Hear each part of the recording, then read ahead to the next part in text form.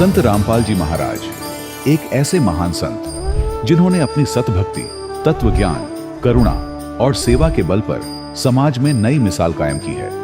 संत रामपाल जी महाराज की अगुवाई में उनके सभी सतलोक आश्रमों से समाज कल्याण के अद्भुत कार्यों ने समाज को सुनहरे भविष्य की एक नई उम्मीद दिखाई है। संत रामपाल जी महाराज से नाम दीक्षा लेने के बाद लाखों लोगों की लाइलाज बीमारियां जैसे कैंसर, एड्स आदि ठीक हुई। संत जी के ज्ञान से प्रेरित होकर उनके अनुयायियों ने लाखों यूनिट रक्तदान किया। संत जी ने लाखों बहन बेटियों का दहेज मुक्त विवाह करवाया।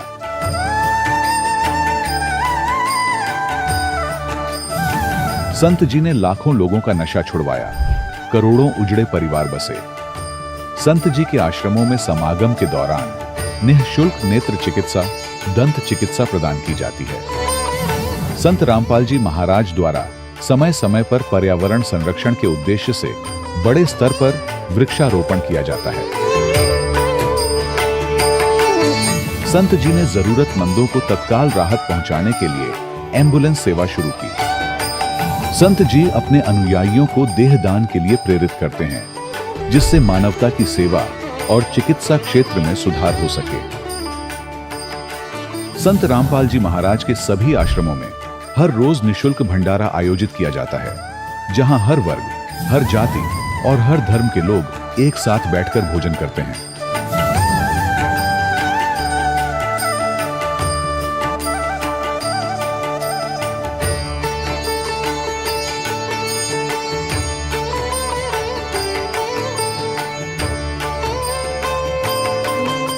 संत रामपाल जी महाराज की अन्नपूर्णा मुहिम ने गरीब और बेसहारा लोगों के जीवन में एक नई ऊर्जा और उम्मीद को जन्म दिया है। घर घर खाद्य सामग्री और जरूरी मदद पहुंचाकर संत रामपाल जी महाराज ने लोगों को दुख और मजबूरी से लड़ने की ताकत प्रदान की है।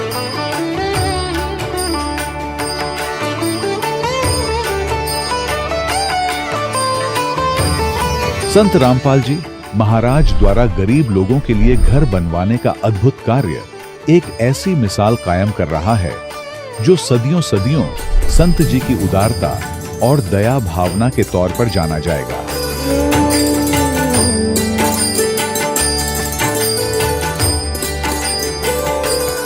संत रामपाल जी महाराज के आश्रम में हजारों बुजुर्गों को सम्मान और प्यार के साथ जीवन जीने का अवसर मिलता है।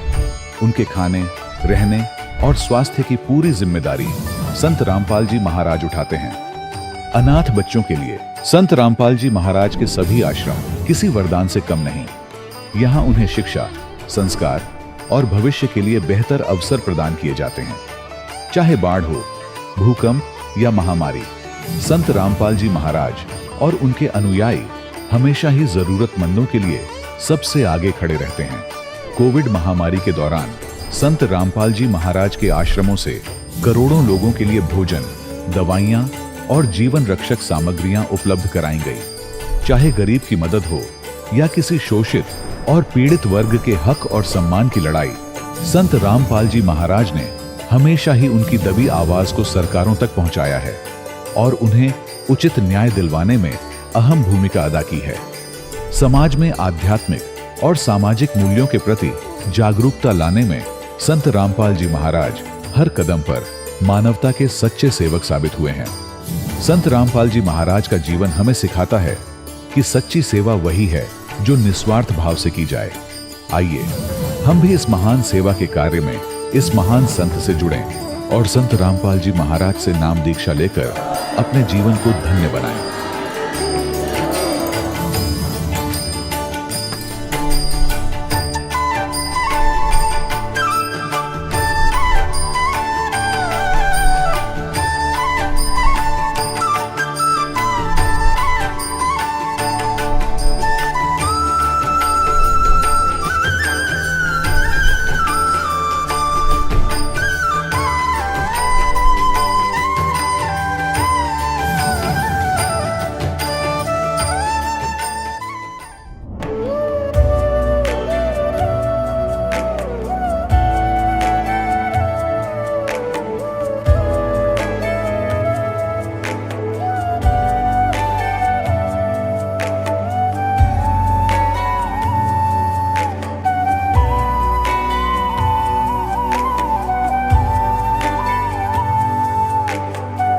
प्रभु राम देव भगवान अल्लाह खुदा ईश आदि नाम एक ही शक्ति के हैं। वो कैसा है, कहां है, कैसे मिलता है, किसने देखा है? ये प्रश्नवाचक चिन्ह पूर्ण रूप से हटाने के लिए अवश्य सुनिए जगत गुरु तत्वदर्शी संत रामपाल जी महाराज के अमृत वचन, सर्व पवित्र धर्मों के पवित्र शास्त्रों के आधार पर। सत साहिब दर्शकों, मिलिए कुरुक्षेत्र हरियाणा की अनीता दासी जी से, जो समाज में प्रचलित तमाम देवी देवताओं की भक्ति और अपनी बहन की भूत प्रेत बाधाओं से मुक्ति के लिए पीर के पास तक गईं, लेकिन कोई राहत नहीं मिली। पर आखिर ऐसा क्या हुआ जो अनीता दासी जी की बहन पूर्ण रूप से भूत प्रेत की बाधा से मुक्त हो गईं? और इसका पूरा श्रेय अनीता दासी जी संत रामपाल जी महाराज को देती हैं। लेकिन संत रामपाल जी महाराज ऐसा क्या तरीका बताते हैं जिससे भूत प्रेत तक भाग जाते हैं? आइए अब सुनते हैं अनीता दासी की सच्ची कहानी, उनकी अपनी जुबानी। जी नमस्कार। नमस्कार जी। क्या नाम है जी आपका? अनीता जी। अनीता जी, कहाँ से आए हैं आप? पेवा से, सरस्वती खेड़ा पेवा के पास, कुरुक्षेत्र जिला से। संत रामपाल जी महाराज से नाम दीक्षा लेने से पहले आप क्या भक्ति साधनाएं करते थे? जी हम सरसेवाड़े के चले थे।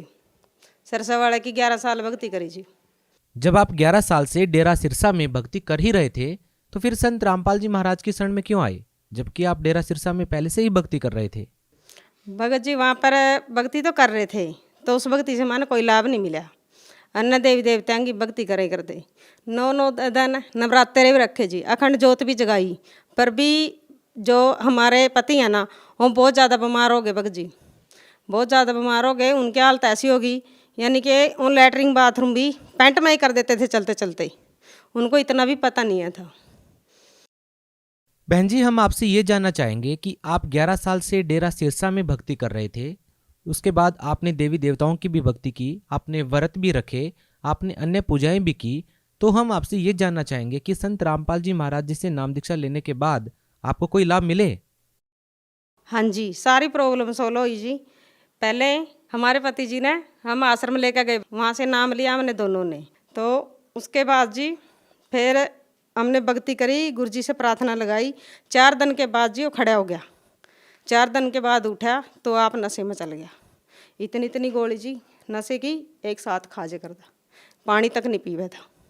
तो आज उन्हें सब नशे छोड़ दिए। तो फिर उसके बाद हमारे घर पे मकान बना रहे थे हम 2020 में। 2020 में मकान देने खातिर मजदूर लगा रखा था। मजदूर लगा रखा था। उसका बेटा था 10-12 साल का। वो ना ऊपर चढ़ गया दीवार पे। दीवार पर चढ़ने के बाद तो हमने बोला बेटा नीचे आ जा।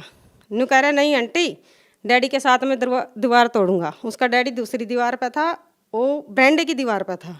जैसे बरांडे के ऊपर स्लेब डाल रखी थी, बरांडे के लेंटर पे स्लेब डाल रखी थी। उसके 4-5 अर्दे रह रहे थे, एकदम स्लेब खिसक गई। भग जी इतनी किस रह गई, बस पूरी खिसक गई, इतनी स्लेब बची। तो उस पर जो लड़का ऊपर था ना, तो उसने बताया, कह रहा चिट्टे कपड़े वाला आया, कुर्ते पजामे वाला, उन्हें अपने हाथ दोनों स्लेब ऐसे लगा लिए, तो रोक दियो स्लेब। तो ये दया परमात्मा की, संत रामपाल जी की हुई जी मर पे। तो नहीं वो लड़का मर जाता तो हम ना तो हमारा मकान बना था और ना हम कुछ कर सका थे। ये लाभ होया जी। फिर उसके बाद भगत जी मेरी मैस 2 थी मेरे पे। एक मैस में थोड़े दिन पहले ले आई थी, एक मैस ने 15 दिन हुए थे आई नगर पे। तो उन 2 मैसा ने कोई जहरीली चीज़ खा ली। जहरीली चीज़ खाने के बाद वो मैसा दोनों बीमार होगी, ना घास खावे ना पानी पीवे, यानी कि दूध भी ना देवें। जो खावेंगी दूध भी कहाँ से देंगे जी। फिर उसके बाद दोनों मैस बीमार होगी। डॉक्टरों की टीम आई कर दी हमारे घर पे। गड्डी में आते थे डॉक्टर, यानी कि 3-3, 4-4 डॉक्टर रोज आते थे। ग्लूकोस भी लगाते थे मैसों के, और टीके का तो घाटा ही नहीं। तो 105 बुखार और 104 बुखार दोनों मैसों का, नीचे नहीं हो रहा था। फिर उसके बाद उन्होंने नहीं राम होया मैसा का। फिर मैंने गुरु जी से प्रार्थना लगाई, भगत जी से फ़ोन कराया मैंने, वहाँ आओ आप नहीं मैसा को संभाल लो, देख लो एक बार। फिर उस पर फ़ोन करने के बाद मैंने फिर परमात्मा तो प्रार्थना लगाई। मैं सबसे बड़ा डॉक्टर जब हमारे पास है तो मैं उन्हें फ़ोन करने और डॉक्टरों तभी के लाभ मिलेगा, दख्याली डॉक्टरों पर बहुत है। तो पर बंदी छोड़ सतगुरु रामपाल जी से प्रार्थना लगाई जी। प्रार्थना लगाने के बाद तो मैं सना श्याम ने ही घास भी खाया जी, पानी भी पिया। पानी पिए पीछा घास खाए पीछा उन्होंने अगला दिन सवेरी दूध भी दिया। और मैं ऐसे बिल्कुल ठीक हुई। एक ने 14 लीटर दूध दिया, एक ने 12 लीटर दूध दिया। ये मालिक की दया हुई हमारे पे। आप भगत समाज को क्या संदेश देना चाहते हैं? भगत समाज को मैं तो सो है सरसे वाले के पंथ में जुड़ रहे हैं नहीं मेरे बहन भाई। मैं तो सबका यही प्रार्थना करूँगा जोड़ कर जी, वहाँ का रास्ता छोड़ो और ये संत रामपाल जी महाराज पृथ्वी पर पूर्ण संत आ रहे हैं, इनकी शरण में आओ।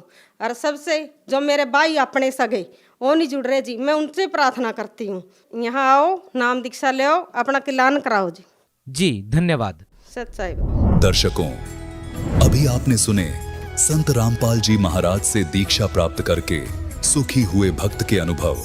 अब देखिए जगत गुरु तत्वदर्शी संत रामपाल जी महाराज के मंगल प्रवचन। कि भगत को ज्ञान हो जाता भक्ति का और जगत को ज्ञान होता अपनी ही परंपराओं का। वो उन्हीं को उत्तम मान रहे होते हैं, इसलिए विरोध करते हैं भक्तों का। ये तो जाकर लंबे पड़े वहां पर, ये पता नहीं कैसे कर रहे हैं, ये मुसलमान रहे ना हिंदू, मतलब इस तरह की वो बातें करते हैं। करने दो, हम अपने इस ज्ञान के आधार से आगे बढ़ते रहेंगे। एक दिन पूरा विश्व स्वीकार करेगा ये ऐसा गजब का मार्ग है और इसी से सुख है।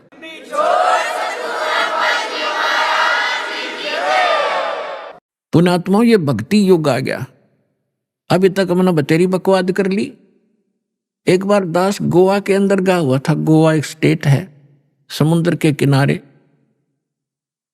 वहां दूसरे देश को हम विकसित देश मानते हैं, इस इंग्लैंड, इटली और अमेरिका के। वहां समुद्र के किनारे एक एक लंगोट में स्त्री और पुरुष वहां लेट रहे रेते में। और हम वहां सत्संग किया था हमने गोवा में, और हम चले गए घूमने के लिए। तो उनको देख रहे और वो भी अच्छे ना लगे, तो वहां बता रहे थे कि ये क्या कहते हैं, क्यों हो हमें यहां आकर शांति मिलती है। और ये बड़े वहां सेठ हैं, बड़ी बड़ी कोठियां हैं, इनकी कार है बड़ी बड़ी। कलम देखो इनकी शांति। तय उस रेत में तो कोठी शर्मा मारोगे जहां अशांति है, क्या करोगे? और कट्ठी और कारों की आग अंगारे इकट्ठे कर रहे हैं और उसको विकास मानते हैं और उसको अपना बड़ी महिमा मानते हैं और शांति मिल रेत में। तो आज से 50 वर्ष पीछे झांको, आपके दादे परदादे कैसे रहा करते थे? उस रेत में रहा करते थे, झोंपड़ियों में रहा करते थे, और कितना शांत जीवन जीते थे, कितना उनके चेहरे पर शांति और कितनी खुशी रहती थी। अंत में आपने उड़े टेकना पड़ेगा। यूं तो एक बबुड़िया सा उठ रहा थोड़े दिन का, और 2 वर्ष वर्षा ना हो, ये विज्ञान धरी की दराई रह जाएगी। ये कंप्यूटर पड़े पड़े जरेंगे सारे, और ये जहाज इनमें कोई बैठने नहीं पाएगा। भगवान को प्रसन्न करना पड़ेगा इस संसार के अंदर। कुछ दिन सुख से जीना चाहते हो और परमात्मा प्रसन्न हो गए, सारे ठाठ कर दे, समय पर वर्षा होने लग जाएगी, सब दुख दूर हो जाएंगे, प्राकृतिक आपदाएं टल जाएंगी, भक्ति करेंगे। ये भक्ति युग है और भगत के लिए बकवाद नहीं चलेंगी। बकवाद करके भक्ति नहीं हो सकती। तो इन सब बकवादों को त्यागना होगा और भक्ति की राह पर हमने लगना होगा, तभी हम मोक्ष प्राप्त करेंगे। नहीं तो बहुत बुरा भयंकर समय आ जाएगा आने वाले समय। अब हम आते हैं अपने प्रसंग पे कि नीरू नीमा 62 वर्ष के हो गए थे, संतान नहीं थी। अब समाज की दृष्टि से तो बहुत मनहूस थे, लेकिन अध्यात्म मार्ग से वो 1 नंबर की आत्मा थी। उसका प्रमाण भी आपके समक्ष है। जिनकी गोदी में भगवान खेले, वो समझ सकते जिनको भटक रहे हम खोजने के लिए जंगलों में बैठ के शरीर खत्म कर दिया हमने तपा तपा करके, लेकिन रास्ता ठीक ना होने से वो कहते ना गणत जांडी काटने का आड़ी तरीका था ही हमारा। गण से जांडी कटा नहीं करती हो, तो वही आरी चाहिए या तीखी कुहाड़ी चाहिए जिससे जांडी कटे। तो हम लकड़ी के गणते जांडी काटा थे, यानी वह विधि परमात्मा पाने की ठीक नहीं थी, और उसके लिए हम भटक रहे थे। और वो परमात्मा उनको मिला जिनको संसार मनुष्य कहा करता था। अब समय जैसे तैसे वो व्यतीत कर लेते हैं, स्वयं तो जिनका संतान नहीं, लेकिन ये संसारिक व्यक्ति अपनी सोच से जब भी उनसे मिलते हैं कोई ना कोई इंजेक्शन लगा ही देते हैं कि एक संतान तो चाहिए थी, एक बालक तो चाहिए था घर में, तो कुछ भूल पड़े तो वो काल पड़न देता ना, किसी न किसी को भेज के उनके इंजेक्शन लगा दे।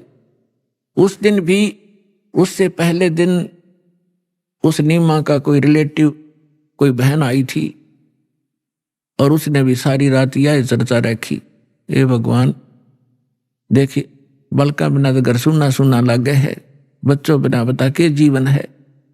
अब उस माई का फिर वो इंजेक्शन लागी, वह तो चली गई, सारी रात रोई।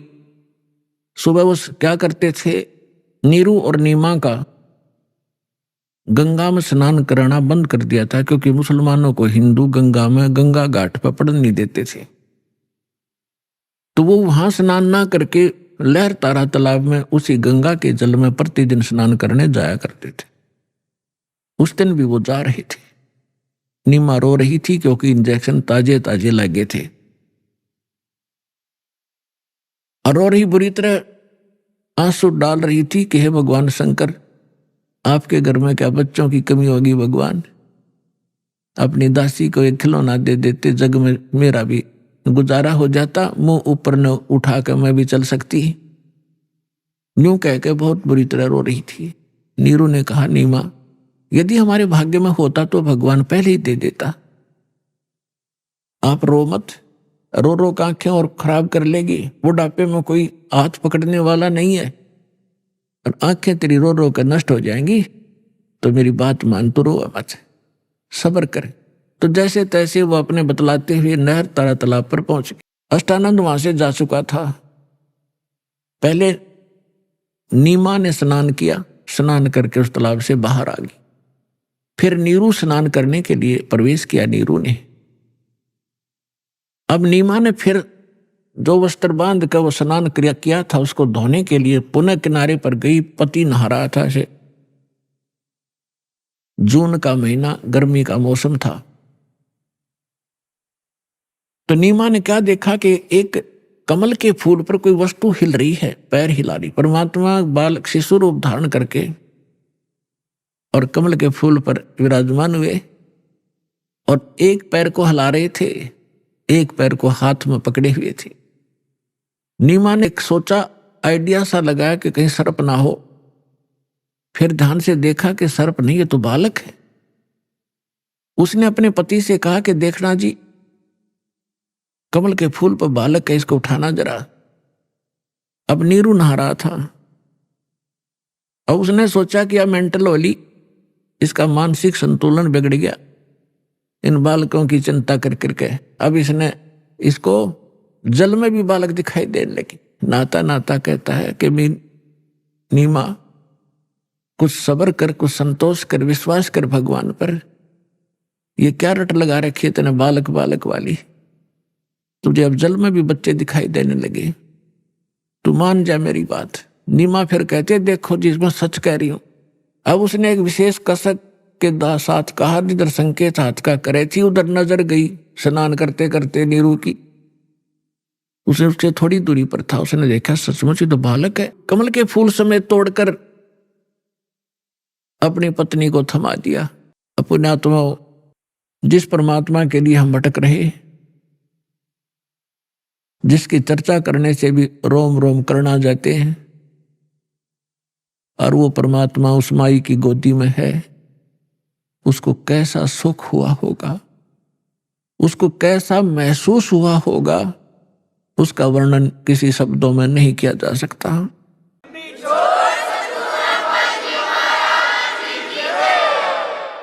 अब आपको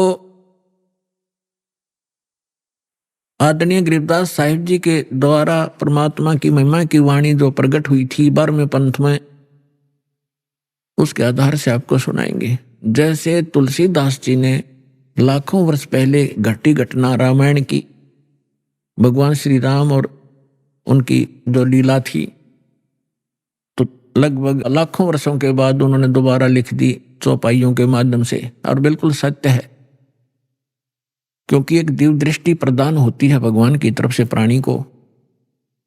उसके आधार से वो पहले हो रही घटना चलचित्र की तरह देख सकता है। प्रत्येक प्राणी के अंतःकरण में ये सब के अंदर डिपॉजिट है जितनी भी घटना घट रही है इस ब्रह्मांड के अंदर। लेकिन वही देख सकता है जिसका इंटरनेट कनेक्शन फिट हो जाए पर चले, वही देख सकता है। तो इस दिव्य दृष्टि की भी क्षमता होती है। जैसे एक दूरदर्शी होती है 1 किलोमीटर तक देख सकती है, और एक दूरदर्शी होती है ऊपर के ग्रहों तक को देख लेती है। तो इसी प्रकार जो तुलसीदास जी की दिव्य दृष्टि यानी दूरदर्शी थी, दूरबीन थी, वो थोड़ी क्षमता की थी। आदरणीय गरीबदास साहिब जी को परमात्मा पूर्ण ब्रह्म मिले थे, उनको जो दिव्य दृष्टि दी थी वो फुल रेंज की थी। उसने बहुत आगे और पहले की और भविष्य की सब जानकारी गरीबदास साहिब जी ने दी। और 600 वर्ष पहले परमात्मा जो आए थे, जो उनकी वार्ता हुई थी, वो अपनी लैंग्वेज में यथार्थ घटना चित्रार्थ की, वो सुनिएगा। 84 बंधन कटे कीनी कल्प कबीरे, भवन 14 लोक सब ये टूटे जम जंजीरे, अनंत कोट ब्रह्मांड में बंदी छोड़ कहाए, सो तो एक कबीर हैं जननी जने नवाए। परमात्मा स्वयं भी कहा मालिक ना करके, मात पिता मेरे कछु नाही, ना मेरे घर दासी, जुल्हे का सुत आण कहाया, जगत करे मेरी हासी।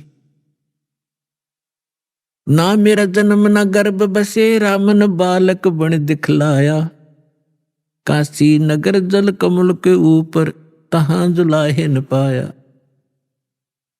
और यही परमात्मा से परिचित वो पुण्यात्मा गरीबदास साहिब जी बता रहे हैं, अनंत कोट ब्रह्मांड में बंदी छोड़ कहाए, सो तो एक कबीर हैं जननी जने नवाए।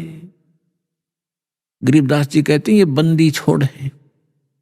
यजुर्वेद अध्याय नंबर 5 के और मंत्र नंबर 32 में लिखा है, कबीर अंगारी असी बंभारी असी, रत धामा असी। रत धाम माने सतलोक का मालिक, और बंभारी माने बंधनों का शत्रु, बंधनों का नाश करने वाला बंदी छोड़। अंगारी माने पापों का नाशक, पापों का शत्रु। ये कबीर परमात्मा है और वो सतलोक का मालिक है। तो यहां स्वयं परमात्मा भी कहते हैं, बंदी छोड़ हमारा नामम, अजर अमर है अस्थिर ठामम, अमर करूं सतलोक पठाऊं, तात बंदी छोड़ कहूं। यहां गरीबदास जी भी कह रहे हैं, अनंत कोट ब्रह्मांड में बंदी छोड़ कहाए, सो तो एक कबीर है जननी जने नवाए। शब्द स्वरूपी साहेब धनी, शब्द से अंध सब माही, बाहर भीतर रम रहा जहां तहां सब ठाई। जल थल पृथ्वी गगन में, बाहर भीतर एक, पूर्ण ब्रह्म कबीर हैं ये अवगत पुरुष अलेख।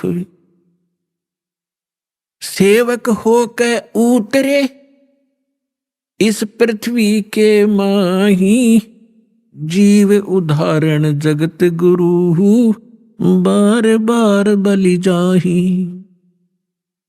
अब वो महापुरुष गरीबदास साहिब जी जिनको भगवान मिले थे, सचखंड लेकर गए थे, फिर वापस छोड़ा था। परमात्मा को आंखों देखकर उनसे प्राप्त दिव्य दृष्टि और ज्ञान योग खुल जाने के उपरांत क्या कह रहे हैं कि सेवक होकर उतरे। उतरे माने वहां से चलकर आए, अवतरित हुए इस पृथ्वी के माही, दास बनकर आए, एक जुलाहा बनकर हमें दिखाया कि यदि तुमने मुक्ति चाहिए, इनकी यहां की बकवादों को देखकर अपने मूल उद्देश्य को भूलो मत। ये दिखाया परमात्मा ने कि मेरे से निर्धन तुम नहीं हो सकते। और मैं सत भक्ति करता था भगवान पर विश्वास करके, दिखाया करते थे हमें, वो खुद रिहर्सल कर रहे थे एक हमें समझाने के लिए। और फिर परमात्मा कहते हैं कि मेरे ऊपर एक ऐसी आपत्ति डाल दी थी इन लोगों ने, झूठी चिट्ठी लिख दी थी कि कबीर भंडारा करेगा। 18 लाख व्यक्ति आगे थे, ये साधु संत, और परमात्मा ने 18 लाख व्यक्तियों को, एक झोपड़ी में बैठे व्यक्ति, जनता की नजर में वो व्यक्ति थे, धानक और गरीब दुल्हा शूद्र थे, और अब पता चला क्या चला, वो तो मालिक थे, लाल थे, पूरी सृष्टि के पालनहार थे। 18 लाख व्यक्तियों को 3 दिन तक मोहन भोजन खिला दिए, 36 व्यंजन खिलाए, लाडू, कचौड़ी, सेब, संतरे, काजू, किशमिश, जो भी जिसने जो खाद्य पदार्थ थी, और दही बड़े। 18 लाख व्यक्तियों को 3 दिन भोजन कराना, कलजा फट जा, राजा हिल जा देश का। और एक झोपड़ी में बैठा गरीब व्यक्ति और इतना भोजन करा रहा, साथ में फिर दोहर दे रहा प्रत्येक खाने के उपरांत, जैसा कि चिट्ठी में उन दुष्टों ने लिख दिया था वो भी पालन कर रहे हैं। और साथ में एक असरफी सोने की, स्वर्ण की मोहर दे रहे हैं, तो 10 ग्राम सोना, और वो भी दे रहे थे। तो परमात्मा यही सिद्ध करना चाहते थे कि तुम यहां भक्ति करो केवल, और फिर मैं देखूंगा तुम्हारे सारे व्यवसाय को। देखो, माता पिता को बच्चों की सब चिंता रहती है कि अब इसको किस चीज की आवश्यकता है। गर्मी आती है तो गर्मियों के कपड़े, सर्दी आती है तो सर्दियों के कपड़े, समय पर भोजन व्यवस्था सारा कुछ करते हैं। तो आप उसके बालक बन गए इस दीक्षा के लेने के बाद, आपका पुनर्जन्म हुआ है इसी जीवन में। जिस दिन सतगुरु भेंटिया ता दिन लेख जान, बाकी समय गंवा दिया बिना गुरु के ज्ञान। जब तक गुरु से उपदेश नहीं मिलते तब तक आपका जीवन, मनुष्य शरीर होते हुए मनुष्य का जीवन नहीं जी रहे थे। हम तो अन्य पशु पक्षियों जैसे ही क्रियाओं में व्यस्त थे, और जिस दिन से सतगुरु मिलते हैं हमारी सब क्रियाओं में परिवर्तन होता है, हमारा आध्यात्मिक जन्म होता है। तो आप उस परमात्मा के वचन के पुत्र हो गए हो, पुत्री होगी हो। अब उसको चिंता रहेगी अगर आप विश्वास के साथ मर्यादा में रहकर परमात्मा की भक्ति करते रहोगे। कबीर साहब कहते हैं, कल्पे कारण कौन है, तू कर सेवा निकाम, और मन इच्छा फल दूंगा जब पड़े मेरे ते काम। जब मेरे सतर का काम होगा ना, जब देखना मेरे रंग।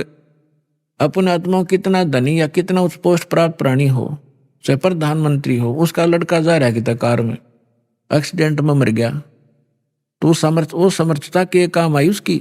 और भगवान के साथ प्रधानमंत्री भी भगवान की भक्ति कर रहा होता और बेटा भी कर रहा होता, तो वहां धनी का काम था वहां पर बचाने का। जीव नहीं बचा सकता चाहे कितना महिमावान हो। तो यहां कहते हैं, कल्पे कारण कौन है, क्यों चिंतित रहता है तू, कर सेवा निकाम, निष्काम भाव से भक्ति कर मेरी, और मन इच्छा फल दूंगा जब पड़े मेरे ते काम। तो परमात्मा पर विश्वास करके भक्ति करो।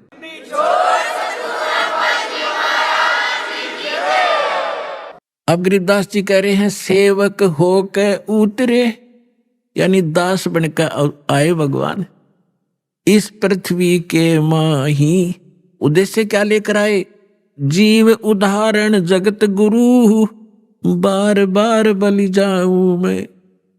कि जीव उदाहरण के लिए वो जगत गुरु, सारी सृष्टि को सच्चा ज्ञान देने वाले, वो जगत गुरु इसका नाम होता है। ये नकली जगत गुरु का पता नहीं है, जगत गुरु लिख रहे हैं, तत्वदर्शी लिखे, ये सब डुप्लीकेट हैं सारे के सारे। अज्ञानी प्राणी हैं जिनको कह भी पता नहीं अध्यात्म मार्ग का। उन आत्माओं देखो, परमात्मा की दया बिना सच्चाई ना तो कही जा सकती और ना स्वीकार हो सकती। अब दास ने लगभग 10 वर्ष हो गए टीवी चैनल पे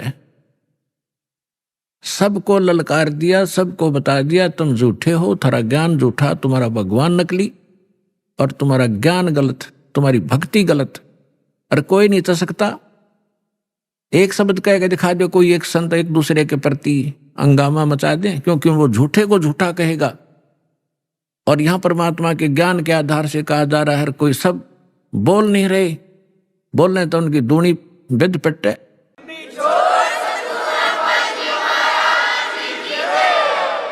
तो ये परमात्मा की दया है बच्चों, आप तक यो ज्ञान पहुंच पाया। ये दास जाने या भगवान जाने या मेरे साथ उस समय से लग रहे ये आपके भाई बहन इस संघर्ष से वो परिचित हैं, कैसे संघर्ष करके आप तक इस सत्र में पहुंचे। जेल तक भेज दिया झूठे केस बना के नकली लोगों ने।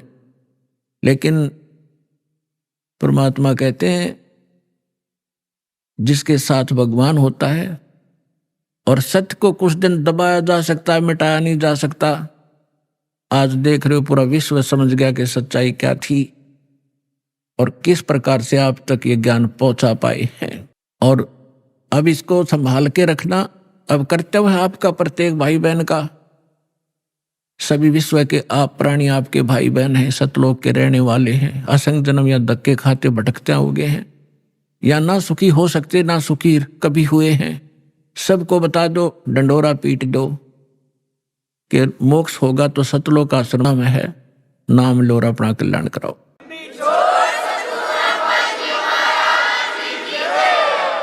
सिद्ध तारे पिंड अपना, साधु तारे खंडे, उसको सतगुरु जानियो, जो तार देवे ब्रह्मंडे।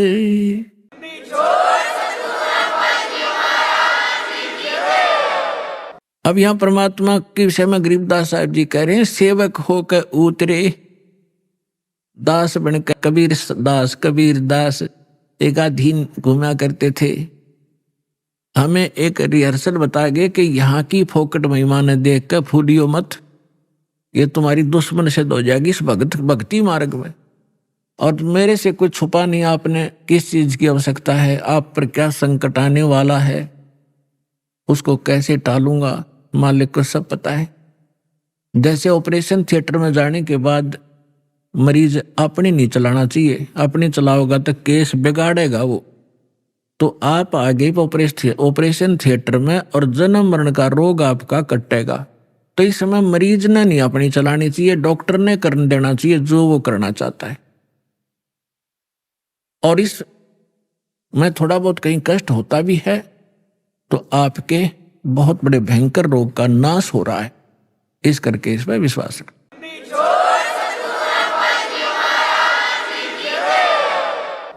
काशीपुरी कष्ट किया उतरे अधर अधारे, अधर अधार ऊपर से न्यू के न्यू आए। मोमन को मुजरा हुआ फिर जंगल में दीदारे। मुसलमान को परमात्मा मिले और जंगल में उनका दर्शन हुए। कोटि किरण शिशि भाने सुध आसन अधर विमाने, और परसत पूर्ण ब्रह्म को हो शीतल पिंड और प्राणे। गोद लिया मुख चूम कर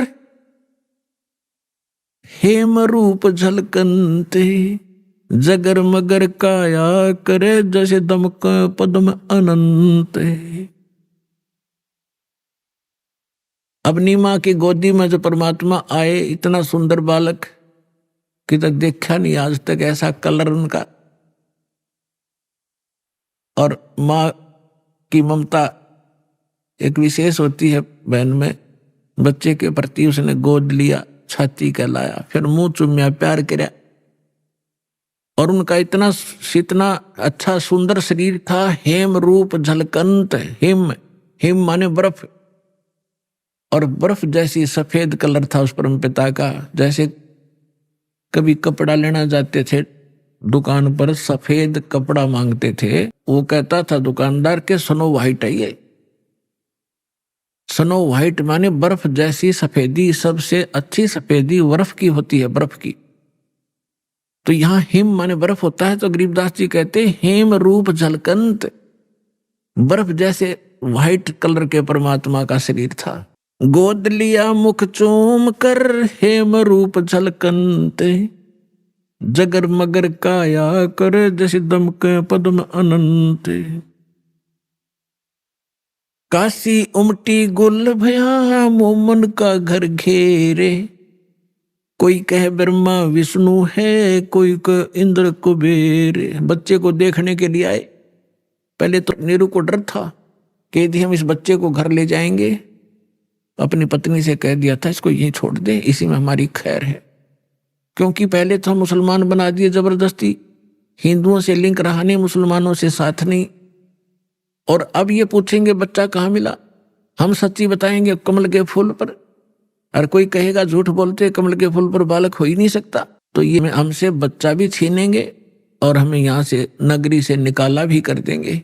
लेकिन नीमा नहीं मानी, जिद पर अड़गी कि मैं मरूं चाहे जीऊं, और इस बच्चे को लेकर चाहे मैं देश निकाला ले लूंगी, पर छोड़ू नहीं इसने, मर जाऊंगी इसके साथ। फिर परमात्मा बोले थे, नीरू ने धमकाना चाहा था अपनी पत्नी को, थप्पड़ जीवन में पहली बार हाथ करना चाहा था।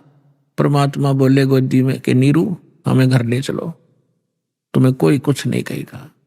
जब नवजात शिशु के रूप में बालक और बोले, डर गया नीरू, कोई सिद्ध पुरुष ना हो इसमें, कोई फरिश्ता ना बोलता हो बालक में, और तेरी घनी दुर्गति हो जा। चुप करके आ गया था। अब घर आकर के लोग देखना आवे, नो गीत गाती औरतें आवे, नीरू कैसा सुंदर बालक आ रहा है, कमल के फूल पर पाया है, जंगल में पाया है। जैसे भी उनकी बुद्धि ने काम किया, कमल पे फूल ना तो किनारे पड़ा पाया है, मतलब इस तरह की दंत कथाओं बनाने लगे। तो वहां क्या कह रहे हैं आकर, काशी उमटी गुल भया, यानी सारी काशी उमड़ उमड़ कान लगी, सारा शोर माच गया। मोमन का घर घेरे, उस दुल्हे का घर घेर लिया मोमिन मुसलमान का। कोई कहे ब्रह्मा विष्णु है, कोई कहे इंद्र कुबेर। कितना सुंदर बालक, आम नहीं हो सकता। कोई ब्रह्मा है कि विष्णु में तो कोई सा है, या कुबेर धन का देवता, या इंद्र, उन देवताओं में से कोई एक ये आए हुए हैं। कोई कहे वरुण धर्म राय है, कोई कहते है ईसे, 16 कला सुभान गति, कोई कहे जगदीश।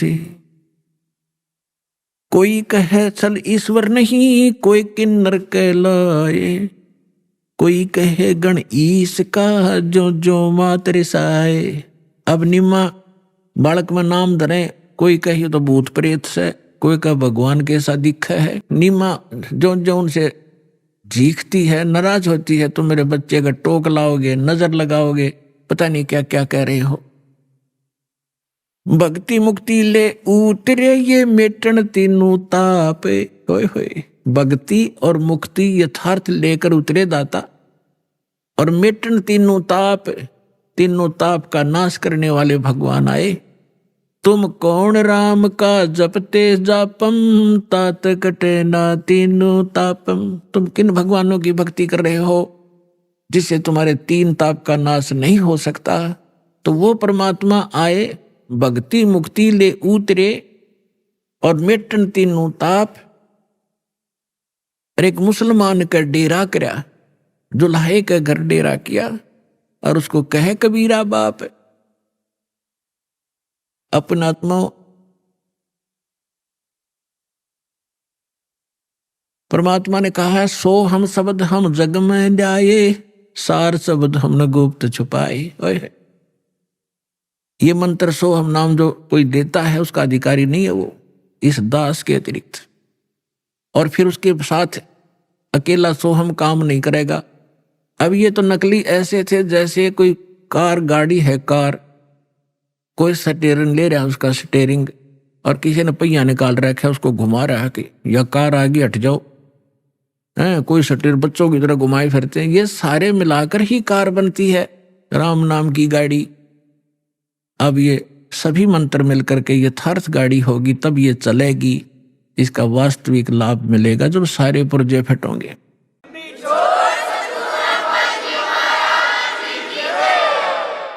दूध न पीवे न अन्न भखे, न पलने झूलनते, अदर अमान ध्यान में कमल कला फूलनते।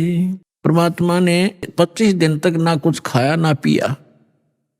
अब नीमा को चिंता होगी,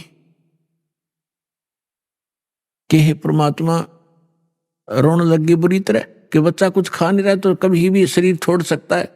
बुरी तरह रोने लगी, अन्न पानी स्वयं भी त्याग दिया लास्ट 25वें दिन, और कहा भगवान या तो ये देना नहीं था शंकर भगवान, और आज दे कर ले रहे हो, इसके साथ मरूंगी मैं, अब जीऊंगी नहीं। इस बिना बच्चे बिना मैं जी नहीं सकती। तो परमात्मा ने सोचा बुढ़िया मरेगी।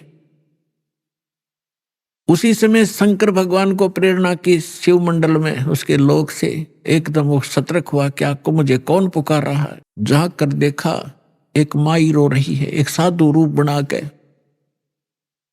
शंकर भगवान वहां आए और पूछा माई क्यों रो रही है। नीमा ने कहा कि महाराज मेरे दुख ने ना सुनो, आप भी दुखी हो जाओगे। यूं कह के फिर रोने लगी। तो भगवान शंकर ने कहा माई, कहा करते हैं अपना दुख दूसरे ने सुना दे कुछ हल्का हो जाता है।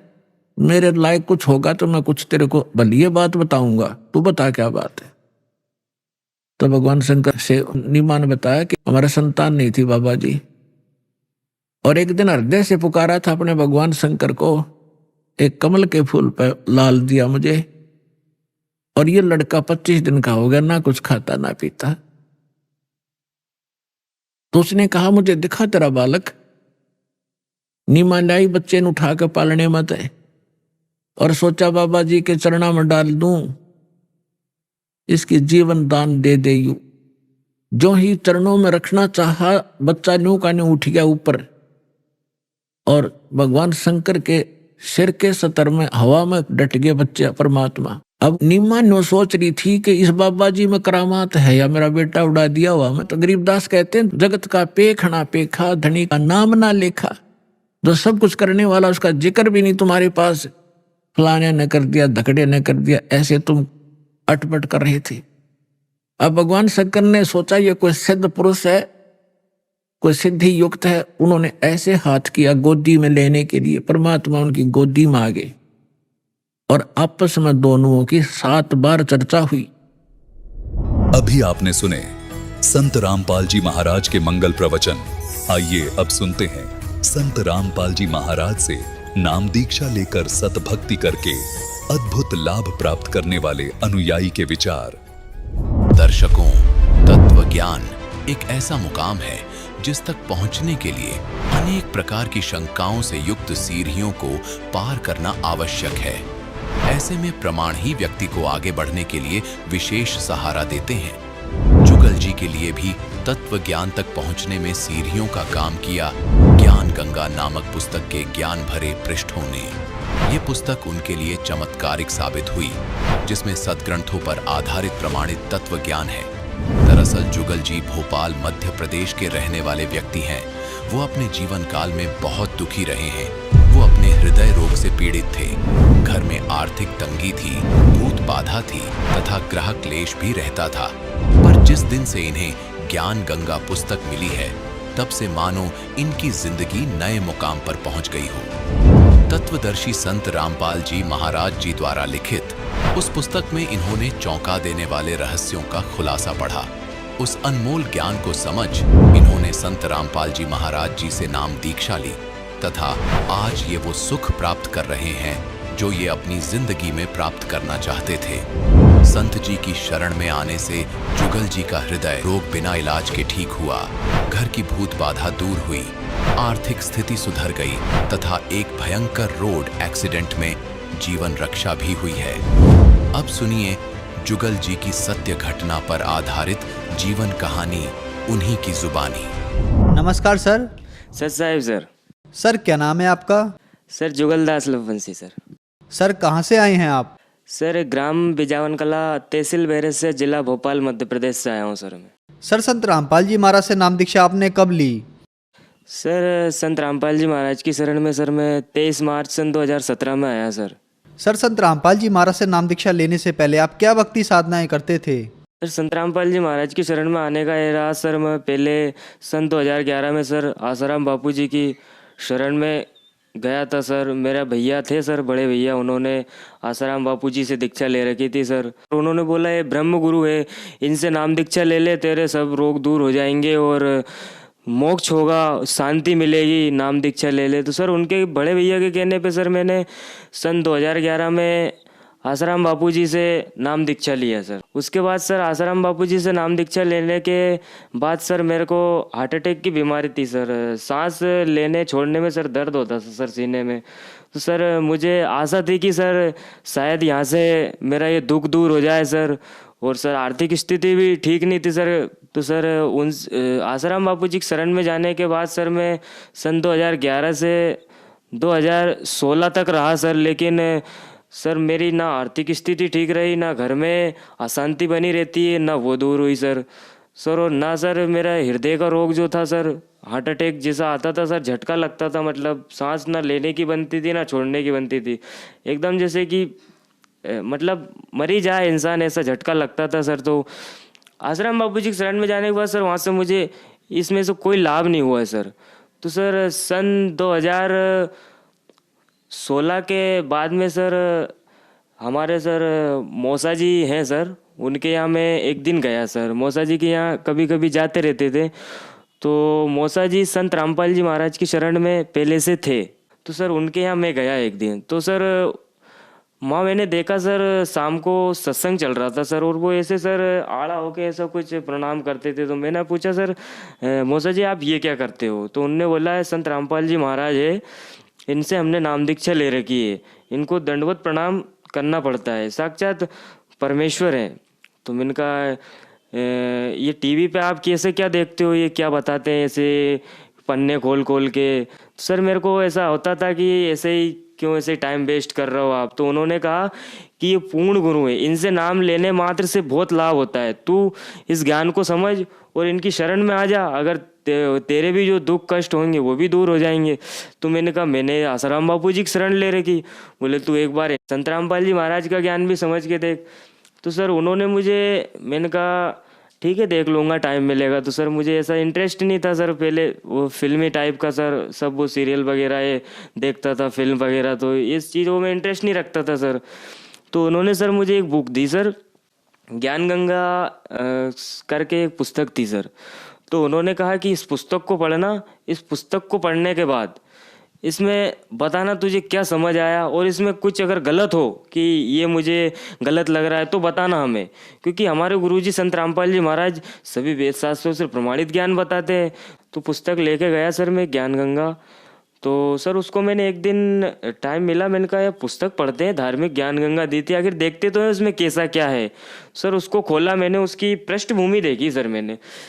तो उसकी पृष्ठभूमि देखी सर, मुझे ऐसा लगा ब्रह्मा विष्णु महेश अजर अमर नहीं है, ये नाशवान है, शेरावाली का पति है, हम जन्मते मरते, इनमें किसका स्वार्थ है। सर मेरा ये सुन के मैंने कि ये क्या है, ये तो कुछ सच हो सकता है कि ब्रह्मा विष्णु महेश की मृत्यु हो सकती है, शेरावाली का पति हो सकता है, हम ये ब्रह्मा विष्णु महेश अजर अमर नहीं है, इनकी मृत्यु हो सकती है। तो सर मुझे ये विश्वास नहीं हुआ सर। मैंने अनुक्रमणिका में देखा सर, उसके पृष्ठ क्रमांक गया, खोला ज्ञान गंगा में, देखा मैंने पृष्ठ क्रमांक इस पे लिखा है पूरे सर। उसमें मैंने देखा है कि संत रामपाल जी महाराज की जो ज्ञान गंगा पुस्तक है उसमें सर मुझे प्रमाण सहित देखने को मिला कि हाँ वास्तव में सदग्रंथ वेद शास्त्र प्रमाण सहित बता रहे हैं कि वास्तव में ब्रह्मा विष्णु महेश अजर अमर नहीं है, ये नाशवान है, इनकी जन्म और मृत्यु होती है।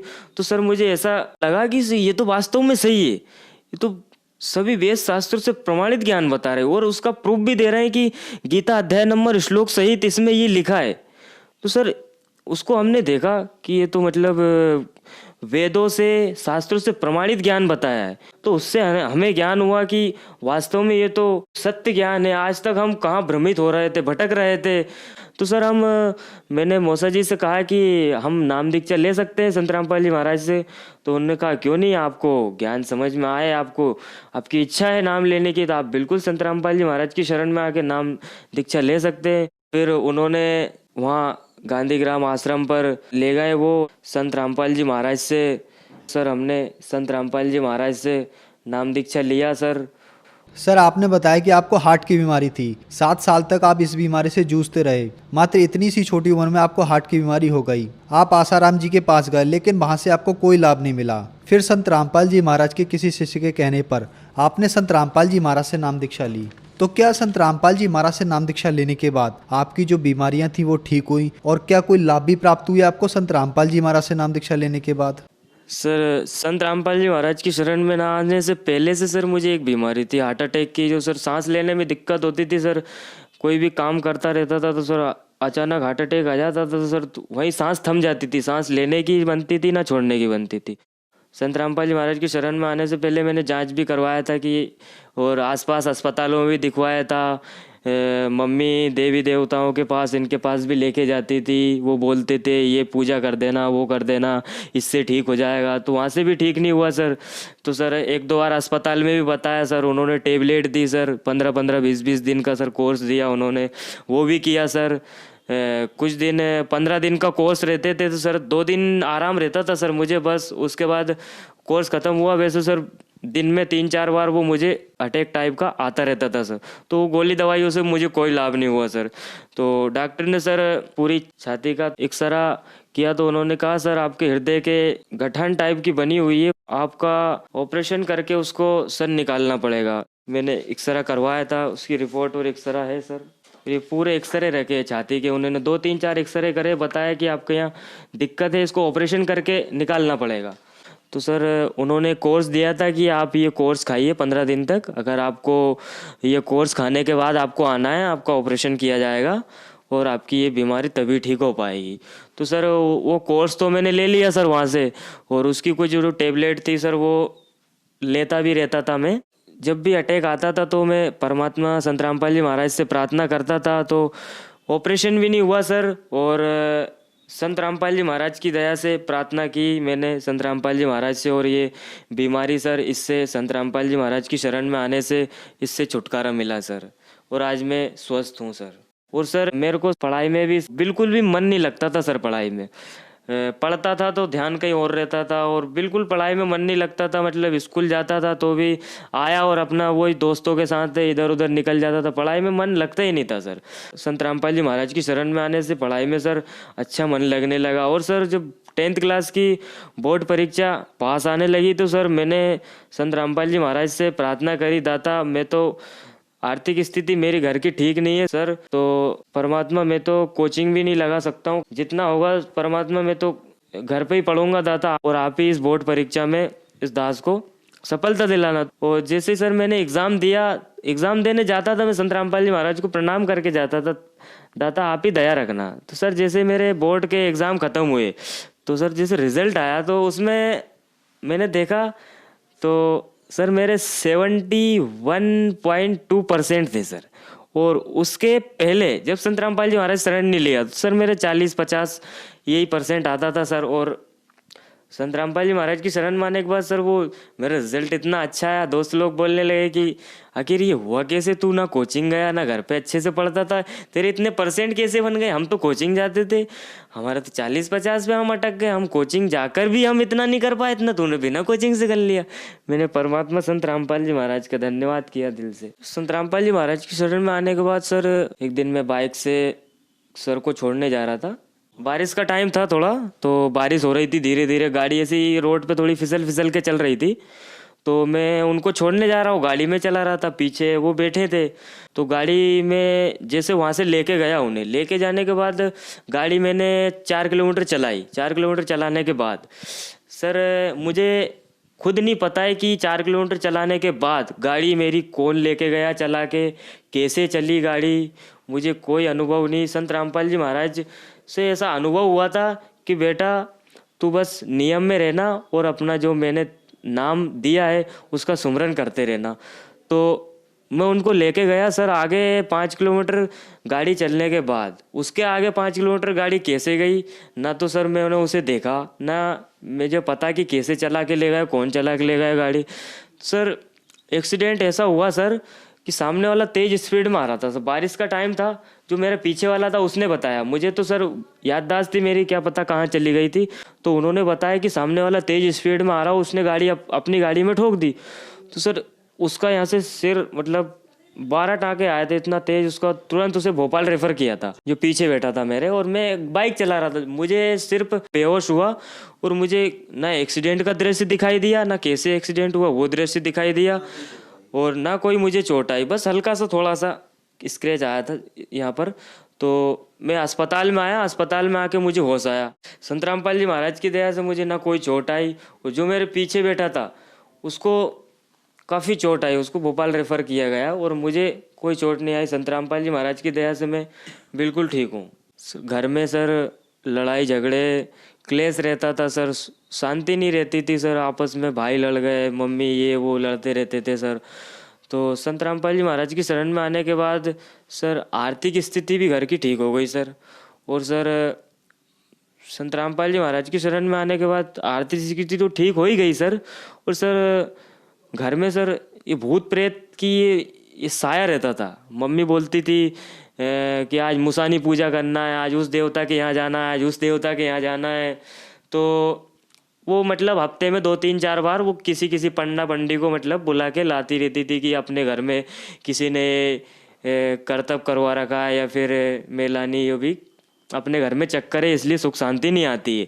तो मैं जब से संत रामपाल जी महाराज की शरण में आया, तब से मैंने अपनी मम्मी से बोला कि आप नाम ले लीजिए संत रामपाल जी महाराज से, और ये ऑटोमेटिक 9-11 हो जाएंगे, ऐसे बिल्कुल घर ऐसा बिल्कुल सुख शांति हो जाएगी। तो संत रामपाल जी महाराज की दया से मेरी मम्मी ने भी सर नाम दाम लिया सर।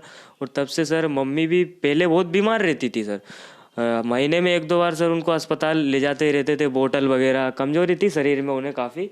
तो उनने संत रामपाल जी महाराज से नाम दीक्षा लेने के बाद सर वो भी अभी ठीक है, उन्हें बीमारी बहुत कम होती है सर। और आर्थिक स्थिति भी घर की ठीक हो गई सर, और मैं भी सर उस बीमारी से बिल्कुल राहत है सर मुझे। संत रामपाल जी महाराज की दया से घर का सब जो क्लेश होता था, और ये भूत प्रेत बाधा, और उसके बाद ये मेरा अटैक की बीमारी, और जो मम्मी बीमार रहती थी, और संत रामपाल जी महाराज की शरण में आने के बाद सब बिल्कुल ऐसा हो गया सर जिसकी मैंने सोचा भी नहीं था कि आने वाले भविष्य में मैं इतना सुख महसूस करूँगा। युवा पीढ़ी से मेरा सभी भाई बहनों से निवेदन है कि इस ज्ञान को आप शास्त्रों के से मिला लें, जिससे कि कोई भी किसी भी गुरु संत महात्माओं से जुड़े हैं, कोई सी पंथ से जुड़े हैं।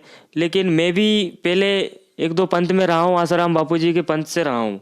संत रामपाल जी महाराज जो भी ज्ञान देते हैं, जो भी भक्ति मार्ग बताते हैं, मोक्ष का मार्ग बताते हैं, सब अपने गीता जी और सभी वेद शास्त्रों में प्रमाणित ज्ञान बताते हैं। जो वेदों में प्रमाणित है, वेद कह रहे हैं कि इस नाम से और ऐसी साधना करने से मुक्ति होगी। संत रामपाल जी महाराज सभी वेद शास्त्रों से प्रमाणित और शास्त्रों के अनुकूल साधना बता रहे हैं। तो आप सभी से प्रार्थना है कि आप संत रामपाल जी महाराज के वेदों से प्रमाणित ज्ञान को समझे, और संत रामपाल जी महाराज की शरण में आके उनसे नाम दीक्षा लेकर अपना कल्याण कराएं। सर संत रामपाल जी महाराज से नाम दीक्षा कैसे ले सकते हैं?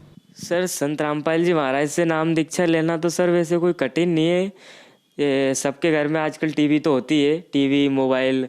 तो संत रामपाल जी महाराज का प्रवचन चलता है, अनेक चैनलों पर प्रवचन आता है। तो सत्संग के दौरान सर टीवी पे नीचे एक पट्टी चलती रहती है कि नाम दीक्षा लेने के लिए संपर्क करें, किसी भी जानकारी के लिए आप, तो उस फ़ोन नंबर पे आप फ़ोन लगाकर आप बात कर सकते हो, और अपने नज़दीकी नामधाम केंद्र की जानकारी आपको वो टेलीफोन नंबर लगाओगे तो वहाँ से दी जाएगी, और आपके पास में जो नज़दीकी नामधाम केंद्र होगा वहाँ का आपको पता दे दिया जाएगा, और आप वहाँ से जाके आसानी से निःशुल्क संत रामपाल जी महाराज से नाम दीक्षा ले सकते हैं। धन्यवाद सर। सत साहिब जी।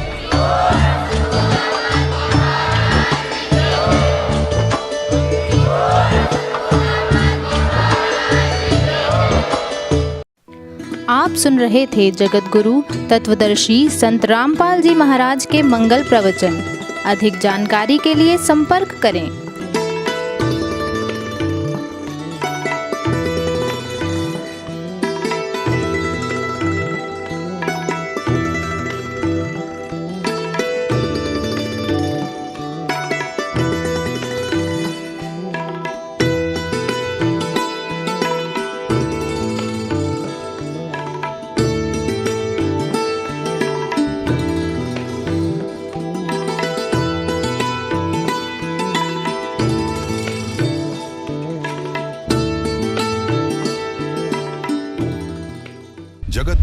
तत्वदर्शी संत रामपाल जी महाराज जी के पावन सानिध्य में भक्ति की अलख जगाने तथा श्रद्धालुओं को सत्य भक्ति मार्ग का रास्ता दिखाने हेतु कनाडा के लोकप्रिय चैनल द TVNRI चैनल पर जगत गुरु तत्वदर्शी संत रामपाल जी महाराज जी के मंगल प्रवचनों का प्रसारण प्रतिदिन सुबह 7:30 बजे से 8:30 बजे तक तथा रात्रि 7:30 बजे से 8:30 बजे तक किया जा रहा है। इस सत्य भक्ति मार्ग को अपनाने के लिए अधिक से अधिक सत्संग प्रसारण देखें। इस सत्संग प्रवचन का सीधा प्रसारण संत रामपाल जी महाराज लाइव सत्संग YouTube चैनल और जगत गुरु संत रामपाल जी महाराज Facebook पेज पर भी देख सकते हैं।